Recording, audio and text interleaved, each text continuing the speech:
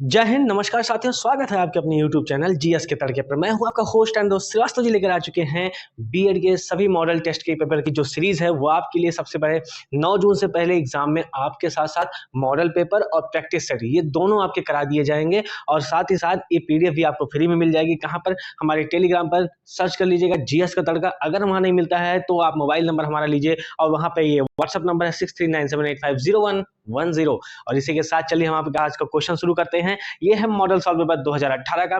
जरूर याद रखिए क्योंकि मैं करा रहा हूँ मॉडल पेपर और मैंने बहुत आसानी से गवर्नमेंट कॉलेज अप्लाई हो गया था। मुझे अच्छी रैंक मिल गई थी और इस तरीके से मैं जब पढ़ा रहा हूँ आप भी वही करो, आपको बहुत आसानी से मिल जाएगी और गवर्नमेंट कॉलेज की मजे ही अलग होते हैं। चलो फिर शुरू करते हैं। आज का पहला क्वेश्चन लेके आते हैं कि सशक्त का पर्यायवाची शब्द क्या है? गोश, चंद्रमा, शिशु और मृग। बिल्कुल यहाँ पर थोड़ा टाइपिंग मिस्टेक हो चुकी है।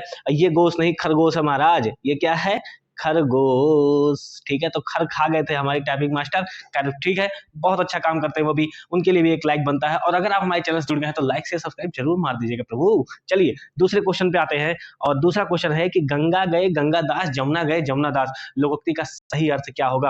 अपने काम से काम रखना, तीर्थ यात्रा करना, महान भक्त होना या अवसरवादी होना। तो इसका सही जवाब क्या हो जाएगा? इसका सही जवाब हो जाएगा अवसरवादी होना। क्वेश्चन नंबर 53 है, सूर्य का पर्याय नहीं है भास्कर, मयंक, दिवाकर और सविता। बिल्कुल सूर्य का पर्याय क्या नहीं है? वो है मयंक, क्योंकि मयंक किसका है? वो है चंद्रमा का। ठीक है, किसका है? मयंक, चंद्रमा का। बाकी हम भास्कर भी, दिवाकर और सविता ये तीनों जो है सूर्य के पर्याय माने जाते हैं। चलिए नेक्स्ट क्वेश्चन पे आते हैं। क्वेश्चन नंबर 54 है, प्रत्येक का संधि विच्छेद बताइए। तो प्रतिधन एक, प्रत्यधन एक, प्रत्यधन एक और प्रतिधन एक। तो इसका सही संधि विच्छेद क्या हो जाएगा? इसका सही संधि विच्छेद हो जाएगा प्रतिधन एक। ये जो संधि विच्छेद होता है ये यण संधि की वजह से होता है। किसकी वजह से होता है? यण संधि की वजह से। चलिए नेक्स्ट क्वेश्चन आते हैं। क्वेश्चन है कि जो शास्त्र नेक्स्ट है आपका कि जो शास्त्र जानता है वह कहलाता है जानकार, शास्त्रज्ञ, विद्वान या शास्त्र ज्ञाता। तो वो क्या कहलाएगा? वो कहलाएगा आपका शास्त्रज्ञ। क्या कहलाएगा? शास्त्रज्ञ। नेक्स्ट क्वेश्चन है कि पुराण में इक प्रत्यय संयुक्त होकर शब्द बनता है पौराणिक, पौराणिक, पुराणिक और पौराणिक। तो ये जो शब्द बनेगा वो कौन सा बनेगा? पौराणिक का बनता है। नेक्स्ट क्वेश्चन है कि हाथ से हथियाना, लात से लतियाना। संज्ञा से बनने वाली क्रिया को क्या कहते हैं? प्रेरणार्थक क्रिया, पूर्वकालिक क्रिया, संयुक्त क्रिया और नाम धातु क्रिया। तो संज्ञा से बनने वाली क्रिया को क्या कहा जाता है? बताइए, संज्ञा से बनने वाली क्रिया को क्या कहा जाता है? उसे कहा जाता है आपका नाम धातु क्रिया। क्या कहते हैं? नाम धातु क्रिया। ठीक है, नेक्स्ट क्वेश्चन पे आते हैं। क्वेश्चन नंबर 58 है कि मीठा विशेषण से भाववाचक संज्ञा बनती है। देखिए मीठा विशेषण से क्या बनेगा? ऑप्शन आपका मिठापा, मिठास, मिठाई और मिठास। तो इससे जो विशेषण बनेगा वो कौन सा विशेषण बनेगा? तो ये बनेगा आपका मिठास। क्या बनेगा? मिठास बनेगा। तो इसमें दोनों ऑप्शन सही है, चाहे ये भी लगा सकते हो चाहे ये भी लगा सकते हो। तो मीठा विशेषण से भाववाचक संज्ञा कौन सी बनती है? मिठास। कोई आया है वाक्य में, कोई किस प्रकार का सर्वनाम है? देखिए यहाँ पर कोई क्या हो जाएगा? जैसे मम्मी से मैं मांगता था, कहता था मुझे कुछ दे दो खाने को, तो मम्मी मुझे चप्पल देती थी खाने को। क्यों? क्योंकि वो अनिश्चय होता था। मम्मी कहती थी कुछ का मतलब तो बता दिया कर बेवकूफ। ठीक है, ऐसे यहाँ पर कोई किस प्रकार का सर्वनाम हो जाएगा? कोई आया है, ना तुम्हें पता है ना सामने वाले को पता चल रहा है कि कौन आया है, तो ये कौन सा हो जाएगा? अनिश्चयवाचक सर्वनाम। आइए नेक्स्ट क्वेश्चन चलते हैं। निम्न में से तत्पुरुष समास कौन सा है? प्रतिदिन, कोना कोना, पथभ्रष्ट और मारपीट। तो तत्पुरुष समास कौन सा हो जाएगा? बताइए। इसमें हो जाएगा आपका पथभ्रष्ट। पथभ्रष्ट जो है वो हो जाएगा तत्पुरुष समास। कैसे? पथभ्रष्ट का मतलब हो गया पथ से भ्रष्ट। अच्छा, पथ से भ्रष्ट तो ठीक है, तत्पुरुष समास हो गया। अब ये कौन सा तत्पुरुष है? तो ये हो जाएगा अपादान तत्पुरुष। कैसे बाबू? अपादान तत्पुरुष कैसे होगा? अपादान मतलब कि खुद से जो अलग हो जाए। मैंने कहा था ना अपादान से, फार्मूला यही था अपादान से। जैसे पेड़ से फल गिरा, पेड़ से पत्ते गिरे, हिमालय से गंगा निकलती है, मतलब वो अलग होती हुई जा रही। पथ से भ्रष्ट, पथ से ही अलग हो गए, वही होते हैं अपादान तत्पुरुष। और यहाँ पर सिर्फ तत्पुरुष पूछा था तो कौन सा हो जाएगा? पथभ्रष्ट। नेक्स्ट क्वेश्चन है आपका, प्रार्थना पत्र के समापन पर क्या लिखा जाता है? भवदीय, स्नेहाकांक्षी, आपका विश्वास पत्र, शुभ चिंतक। तो प्रार्थना पत्र के समापन पर क्या लिखा जाता है? बताइए। प्रार्थना, देखिए प्रार्थना पत्र जो होता है ना वो दो तरह का होता है, औपचारिक और अनौपचारिक। कौन सा होता है? देखो समझो, एक होता है औपचारिक और एक हो गया अनौपचारिक। ठीक है, औपचारिक तो वो हो गया जहां पर आप किसी ऑफिस में या किसी जो है विभाग में जो है जब पत्र लिखते हैं तो वो औपचारिक होता है। जो अनौपचारिक होता है वो चाचा चाची, मामा मामी, ताई ताता और गर्लफ्रेंड और बॉयफ्रेंड को भी, ये अनौपचारिक में आते हैं, ठीक है बाबू। और औपचारिक में क्या होगा, जैसे विभागों में, तो प्रार्थना पत्र के समापन में क्या लिखा जाएगा, भावदीय लिखा जाता है, ठीक है ना। वहां पर औपचारिक पत्र की ही बात की जा रही है, आप ये समझना। बाकी अनौपचारिक में आप स्नेहाकांक्षी भी लिखते हो, आपका विश्वास पात्र लिखते हो, आपका अपना शुभचिंतक लिखते हो, ठीक है। तो यहाँ पर देखो, यहाँ पर ये नहीं लिखा कि औपचारिक प्रार्थना पत्र में, लेकिन आपको ये समझना पड़ेगा इस क्वेश्चन से कि हाँ लिखा क्या है और क्या हो सकता है, ठीक है। नेक्स्ट क्वेश्चन में चलते हैं कि भक्तिकालीन संत परंपरा के प्रसिद्ध कवि कौन थे, जयशंकर प्रसाद, मीरा, बिहारी और कबीर। तो इसमें कौन हो जाएंगे, देखिए इसका सही जवाब हो जाएगा कबीर। कबीर कौन है, भक्तिकाल संत परंपरा के प्रसिद्ध कवि थे, ठीक है। बिल्कुल, जैसे जयशंकर प्रसाद है, ये छायावादी कवि है। जयशंकर प्रसाद कौन थे, ये छायावादी कवि हैं, ठीक है। बिहारी रीतकाल के हैं, बिहारी कौन से हैं, रीतकाल के हैं। और मीराबाई को सगुण भक्ति धारा परंपरा के कह सकते हो। चलो, पावक और अग्नि शब्दों के मध्य क्या संबंध है, पावक और अग्नि देखो दोनों ही पर्यायवाची हैं। इसमें क्या है, अवनामी, समनामी, पर्यायवाची और विलोम। तो इसका सही जवाब क्या हो जाएगा, पर्यायवाची, ठीक है। शोक किस रस का स्थायी भाव है, क्वेश्चन नंबर 64 है कि शोक किस रस का स्थायी भाव, रौद्र, वात्सल्य, करुण और वीर। तो शोक किस रस का स्थायी भाव है, तो शोक जो है वो हो जाएगा आपका करुण रस का स्थायी भाव। किसका स्थायी भाव, करुण रस का स्थायी भाव। अस्थायी भाव की संख्या कितनी है, अस्थायी भाव की संख्या होती है बाबा 9, ठीक है। आ जाओ, क्वेश्चन नंबर 65 है, वह विद्यार्थी नहीं आया, वाक्य में वह कौन सा विशेषण है, वह कौन सा विशेषण है, सार्वनामिक विशेषण, परिमाणबोधक विशेषण, गुणवाचक विशेषण या संख्यावाचक विशेषण। बिल्कुल आपको समझ में आ गया होगा, पहला ही क्वेश्चन है, पहला ही ऑप्शन हो जाएगा सार्वनामिक विशेषण, क्योंकि संज्ञा के स्थान पे वह जो प्रयोग होगा उसे क्या कहते हैं, सर्वनाम कहते हैं। अज्ञ का विपरीतक शब्द क्या होगा, अज्ञ का विलोम बताइए, विज्ञ, अनज्ञ, सर्वज्ञ या सदज्ञ। तो अज्ञ का विलोम क्या हो जाएगा, अज्ञ का विलोम विज्ञ हो जाएगा, क्या हो जाएगा, विज्ञ। नेक्स्ट क्वेश्चन है कि बहिरंग का विलोम शब्द क्या हो जाएगा, बहिरंग का हो जाएगा, सीधा डायरेक्ट ऑप्शन लगाइए, अंतरंग, क्या हो जाएगा, अंतरंग। नेक्स्ट क्वेश्चन है 68, निम्नलिखित वाक्यों में से एक में अपादान कारक के विभक्ति चिन्ह का प्रयोग हुआ है, मेज पर रखा हुआ गिलास का पानी बहुत शीतल था। ऑप्शन बी है दुधवा पार्क में बहुत से दर्शनीय जीव निवास करते हैं। सी है पैरों से चलना यात्रा, समुदाय से चलना समाज तथा देश और काल से चलना इतिहास कहलाता है। और ऑप्शन डी है आकाश से गिरी एक बूंद कहीं मोती कहीं विष तो कहीं कीचड़ बनती है।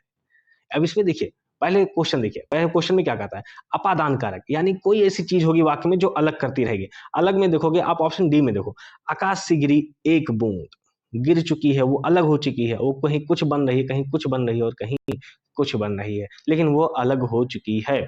स्फूर्ति शब्द का तद्भव रूप है सुफुति, सौफिति, फुर्ती या स्फीति। तो इसका तद्भव क्या हो जाएगा, इसका तद्भव हो जाएगा स्फूर्ति का फुर्ती। ये याद रखना भैया, बहुत ज्यादा इंपॉर्टेंट है, क्योंकि यहाँ पे स्फूर्ति लिखा हो ना, इसको लोग कुछ और समझ सकते हैं, पर इसका तद्भव क्या होगा, फुर्ती। नेक्स्ट क्वेश्चन है तुरंग शब्द का पर्यायवाची, बहुत लोग यहाँ पे अपने आप ही लोग समझ गए होंगे। तुरंग का पर्यायवाची क्या हो जाएगा, देखो ससा है, बाजी, कुरंग और शार्दुल। इसका सही जवाब क्या हो जाएगा, बाजी। ये तुरंग किसका है, घोड़े का, घोड़ा का होता है बाजी तुरंग, है बाजी तुरंग, ठीक है, ये घोड़े का होता है, ठीक है। तुरंग, शार्दुल, ये शार्दुल ठाकुर आईपीएल वाले नहीं महाराज, शार्दुल सिंह का होता है, किसका होता है, सिंह का होता है, ठीक है। नेक्स्ट क्वेश्चन चलते हैं, निम्नलिखित शब्दों में एक स्त्रीलिंग शब्द है, तो स्त्रीलिंग रस्सा, धागा, सूत और डोर। तो स्त्रीलिंग शब्द कौन सा हो जाएगा, यहाँ पर जो डोर है ना वो स्त्रीलिंग है, डोर जो है वो स्त्रीलिंग है। नेक्स्ट पे आते हैं कि निम्नलिखित वाक्यों में एक सकर्मक क्रिया का प्रयोग हुआ है, लड़की सिल रही है, राम सो रहा है, मैं चला, वह नहाता है। 72 का सही जवाब क्या हो जाएगा, तो इसमें सही जवाब क्या हो जाएगा, इसमें सही जवाब आपका राम सो रहा है, ठीक है, राम सो रहा है, ठीक है। क्योंकि रहना जो है, देखिए रहना क्या है, ये रहा जो है वो क्या हो जाएगा, ये क्रिया हो जाएगा, लेकिन कर्म उसका क्या है, कर्म उसका सोने का है, ठीक है, कर्म उसका सोने का है। चलिए, तो यहाँ पर सकर्मक हो, यानी जिसमें कर्म आ जाए वो सकर्मक, जिसमें कर्म नहीं आता वो अकर्मक हो जाता है। हिंदी दिवस मनाने की तिथि बताइए, 14 सितंबर, 26 जनवरी, 14 अगस्त, 14 नवंबर। इसका सही जवाब क्या हो जाएगा, 14 सितंबर, ठीक है। आइए, जैसा करोगे वैसा भरोगे में कौन सा सर्वनाम है, पुरुषवाचक सर्वनाम, निजवाचक सर्वनाम, प्रश्नवाचक सर्वनाम या संबंधवाचक सर्वनाम। बिल्कुल सही जवाब हो जाएगा, क्योंकि दोनों ही एक दूसरे से जुड़े हुए हैं, एक दूसरे के सगे संबंधी बने जा रहे हैं। तो इसका सही जवाब क्या हो जाएगा, ऑप्शन नंबर डी, संबंध कारक सर्वनाम, ठीक है। आइए, 6 के बारे में सही नहीं है, छा लिखा हुआ है, सॉरी, छा वाला छा है, तालव्य ध्वनि है, कंठ ध्वनि है, महाप्राण ध्वनि है या आघोष ध्वनि है। तो 75 का सही जवाब क्या हो जाएगा, 6 के बारे में सही नहीं है, पूछा है क्या नहीं हो सकता, तो वह कंठ ध्वनि, क्योंकि ये छ जो है ये कंठ में नहीं आता है, ठीक है। ये किस में आ जाएगा, ये आ जाएगा आपका चा छा, यानी का से जो होता है कौन, यानी कि वो आपका कंठ हो जाएगा। ये जो चा छा है ये आपका तालव्य हो जाता है, कौन सा हो जाएगा, तालव्य हो जाता है, चा छा, ठीक है। हाँ चलिए, नेक्स्ट है भवानी का पुल्लिंग क्या होगा? भवदेव, भवन, देव और भव। तो भवानी का पुल्लिंग क्या हो जाएगा? भवानी का पुल्लिंग हो जाएगा आपका भव। ठीक है। नेक्स्ट क्वेश्चन है कि उत्पत्ति की दृष्टि से हिंदी शब्द समूह को कितने भागों में बांटा गया है? 5 4 3 2। बिल्कुल, इसका सही जवाब क्या हो जाएगा? इसका सही जवाब हो जाएगा 5 भागों में बांटा गया है। कितने भागों में बांटा गया है? 5 भागों में। कैसे, कौन कौन से होते हैं? एक तो देखो, एक तत्सम हो गया। अब जैसे ही तत्सम मैं बोलूंगा, अगला वाले आदमी को पड़ जाता है तद्भव, तो पक्का आएगा। ठीक है। अभी मैं बोल दूं कि देशज होता है, तो जो सामने वाले को तुरंत पता चल जाएगा विदेशज भी होता है। आय हाय हाय हाय, जैसे मैं एक पकड़ाऊंगा तुम लोग सीधा सीधा पूरा ट्रेनवा ही पकड़ लेते हो। अब पांचवा कौन सा हो जाए? संकर शब्द। अभी मैं बोल देता कि पांचवा नहीं पता है तो बैठे रहते। अब देखो कौन कौन सा। एक तो कौन कौन सा हो गया? एक हो गया आपका तत्सम, एक तद्भव, दूसरा देशज, विदेशज और संकर। तो 5 प्रकार के शब्द समूह होते हैं। ठीक है। इनको 5 भागों में बांटा गया है।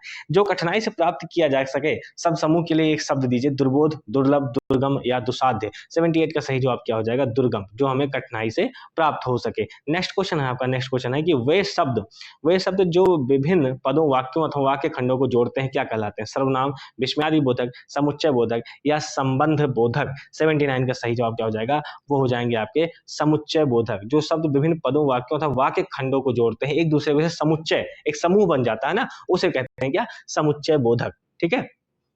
चलिए नेक्स्ट क्वेश्चन पे आते हैं। क्वेश्चन नंबर 80 है, किस वर्ग के व्यंजन अंतस्थ व्यंजन कहलाते हैं? तो चा वर्ग, टा वर्ग, का वर्ग, या वर्ग। इसका सही जवाब होगा ऑप्शन नंबर डी, या वर्ग। यानी अंतस्थ व्यंजन में य, र, ल, व। ठीक है ना, य, र, ल, व। ठीक, ये होते हैं अंतस्थ व्यंजन। चलिए क्वेश्चन नंबर 81 में निम्नलिखित में से कौन सा शब्द भाववाचक संज्ञा नहीं है? अस्तित्व, थकावट, बेईमान और हरियाली। क्वेश्चन नंबर 81 में कौन सा भाववाचक संज्ञा नहीं है? तो ये हो जाएगा आपका बेईमान। नहीं है, जरूर पढ़ लीजिएगा। कौन सा हो जाएगा? बेईमान जो है वो भाववाचक संज्ञा नहीं है। ये क्या करते हैं? भाववाचक संज्ञा वो होते हैं जो संज्ञा या सर्वनाम के गुण या दोष बताते हैं, गुण या दोष बताते हैं। ठीक है। चलिए नेक्स्ट क्वेश्चन पे आते हैं। एक सेकेंड। हाँ चलिए, निम्न में कौन सा शब्द गुणवाचक विशेषण नहीं है? बहुत, नरम, ईमानदार या सुगंध। एक सेकेंड। नहीं नहीं नहीं नहीं नहीं। भाववाचक संज्ञा ये नहीं कि गुण या दोष, वो गुणवाचक संज्ञा होते हैं जो गुण या दोष बताते हैं। ठीक है ना, वो गुणवाचक संज्ञा होते हैं। ये भाववाचक संज्ञा में क्या होगा? सिर्फ बेईमान सही है इसमें। निम्नलिखित में से कौन सा शब्द गुणात्मक विशेषण नहीं है? बहुत, नरम, ईमानदार और सुगंधित। तो गुणवाचक विशेषण कौन सा नहीं है? 82 का सही जवाब क्या हो जाएगा? बहुत। क्योंकि यहाँ देखिए, वो नरम है, ये भी उसका गुण है, ये ईमानदार है, राम बहुत ईमानदार है। ठीक है, फूल बहुत सुगंधित है, ये सब गुण बता रहे हैं। ठीक है, यहाँ पर बहुत जो है कोई गुण नहीं बता रहा। ठीक, तो गुणवाचक विशेषण कौन सा नहीं हो जाएगा? बहुत। नेक्स्ट क्वेश्चन है क्वेश्चन नंबर 83, निम्नलिखित में से कौन सा शब्द अग्नि शब्द का पर्याय नहीं है? बताइए। पावक, वहन, अनल और अमी। तो यहाँ पर जो अमी है ना, वो जो है अग्नि का पर्यायवाची नहीं है। ठीक है। आइए, सूत शब्द का तत्सम क्या हो जाएगा? पीटना, धागा, सूत्र और नीच। तो सूत शब्द का तत्सम क्या हो जाएगा? वो हो जाएगा आपका सूत्र। क्या हो जाएगा? सूत्र। आध्यात्मिक शब्द का विलोम, आत्मा से परे, आध्यात्मिक, आत्मिक या भौतिक। तो आध्यात्मिक मतलब कि जो ईश्वर में चला जाता हो, लेकिन उसका विलोम जो इस संसार में पड़ा हुआ है, उसका क्या हो जाएगा? भौतिक हो जाएगा। ठीक है। आओ नेक्स्ट क्वेश्चन पे चलते हैं। क्वेश्चन नंबर 86 है कि रिक्त स्थान की पूर्ति करें, कभी भी अपने मित्र की उन्नति पर करो ना ना, वैराग्य, अहंकार, द्वेष, ईर्ष्या, ना ना, मुझे लगता है टाइपिंग थोड़ी मिस्टेक हुई या फिर क्वेश्चन ऐसे ही आ गए होंगे। तो कभी भी अपने मित्र की उन्नति पर, हाँ उन्नति पर, यहाँ पर छूटा है, करो नहीं, यहाँ होगा ना करो। ठीक है ना, तभी आ पाएगा, सेंटेंस पूरा हो पाएगा। अब समझो कैसे। कभी भी अपने मित्र की उन्नति पर ना करो। क्या नहीं करना है? ईर्ष्या नहीं करना है। क्या नहीं करना है? ईर्ष्या नहीं करना है। शब्दों को समझिएगा, क्वेश्चन को समझिएगा। चलिए, कौन सा शब्द का शुद्ध रूप है? उज्ज्वल, उज्ज्वल, उज्ज्वल, उज्ज्वल और उज्ज्वल। ठीक है, तो कौन सा सही हो जाएगा? यहाँ पर ऑप्शन नंबर ए है, उज्ज्वल सही हो जाएगा। नेक्स्ट क्वेश्चन है, जब मीरा पढ़ती है तो मोहन सोता है। रचना के आधार पर वाक्य का प्रकार बताइए। मिश्र वाक्य है, आज्ञावाचक, सरल वाक्य या संयुक्त वाक्य है? तो इसका सही जवाब क्या हो जाएगा? मिश्र वाक्य। एक दूसरे पर आश्रित हो जाते हैं कि जब मीरा पढ़ती है तो मोहन सोता है, मतलब जैसे ही मीरा पढ़ने बैठती है वैसे ही मोहन शुरू कर देता है सोना। चलिए, ये हो गया मिश्र वाक्य। नेक्स्ट है कि सांझ होते ही पक्षी अपने अपनी नीर को लौटाते हैं। वाक्य में रेखांकित शब्द के स्थान पर सही शब्द का प्रयोग कीजिए। रेखांकित शब्द कौन सा था? देखो ध्यान से, रेखांकित शब्द ये था, नीर। ठीक है, अब नीर का अर्थ क्या होता है? जल। अब वो कह रहा है कि अगर सांझ होते ही पक्षी अपने अपने नीर को लौटाते हैं, यानी अपने जल को लौटाते हैं, ये तो गलत हो जाएगा।